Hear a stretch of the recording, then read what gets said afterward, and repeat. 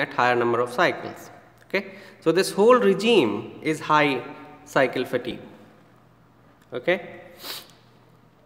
but nothing changes here, and the main changes are there.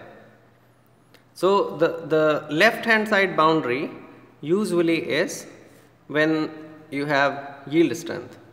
So stress lower than yield strength and the material fails, that region takes a lot of higher number of cycles, and that is my high cycle fatigue. Okay. So this is what used to happen before, but then people were interested in this region also, where it takes less number of cycle and the stress is usually higher than your yield strength. So there is some amount of plastic deformation, and material takes not much number of cycles to fail. And that region, so this region is called, so this region, of course, if the yield strength is there, we have to take only this region, which is called low cycle fatigue. Okay. So in low cycle fatigue, what you can do is you can take the plastic strain range. Okay. So you have, of course, total strain, which you can divide it in delta elastic plus delta plastic. So we are talking about delta plastic because that is what is causing the damage in the material.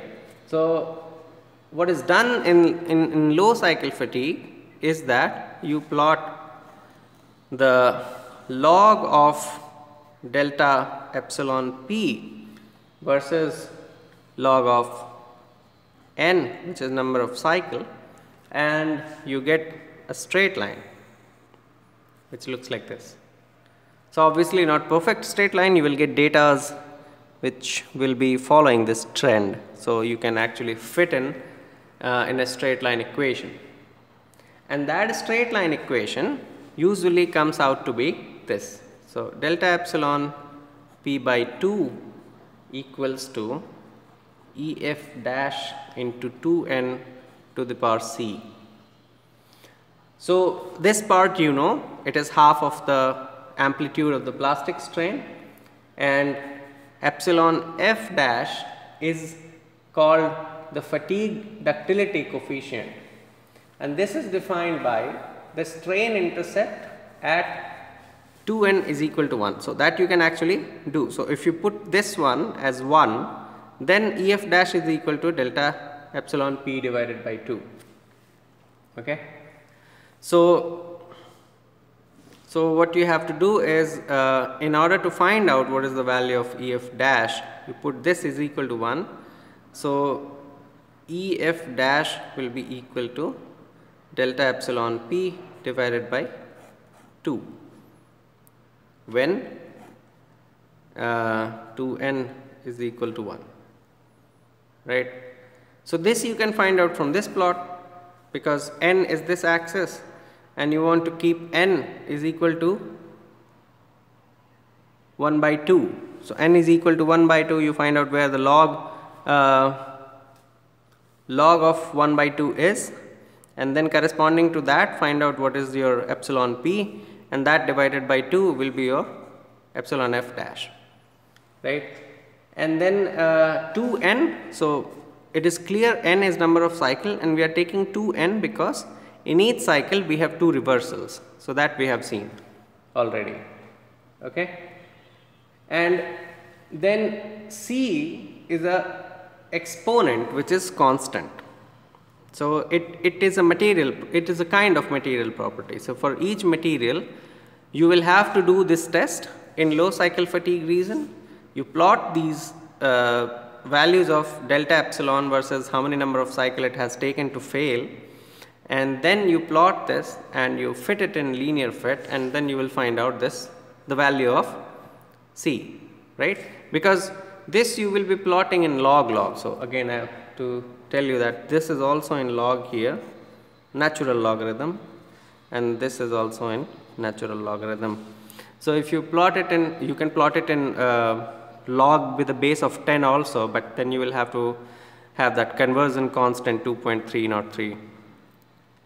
So if you plot this in logarithm, you will have log of delta epsilon p divided by 2 equals log of epsilon f dash plus c into log of 2n, right. So when you plot log of this, then what you can do is you can take the slope and that becomes your c value, and the intercept becomes the log of E f dash, right. So you can easily find out E f dash and you can easily find out c value, and by doing this you will be getting this relationship in the to describe the low cycle fatigue behavior of your material, whatever material you have tested, okay. And this relationship has a special name in fatigue, and this is called Coffin-Manson law, or Coffin-Manson relation also it is called. So this is an important relationship, and usually this low cycle fatigue happens when the component is under thermal strain, and this is why while doing the test we keep the strain constant, because for instance you take a pressure vessel which has a gas which is at higher temperature, so that will cause, with change in pressure you will have, so if the pressure changes inside the pressure vessel, then you will have, instead of thermal strain you will have stress on that. So that will not come in the low cycle fatigue region, but you can have certain components where the temperature is fluctuating very drastically, and when temperature fluctuates, then the material, of course you know that they have thermal expansion of coefficient, thermal coefficient of expansion. So a coefficient of thermal expansion, and that will be causing the material. So if, for example, if this is my component which is just a piece of rectangular bar, and you are applying a change in temperature, so you are going to T2 which is higher than T1, right. And so in this case your length of this will be changing following L is equal to L naught into exponential of,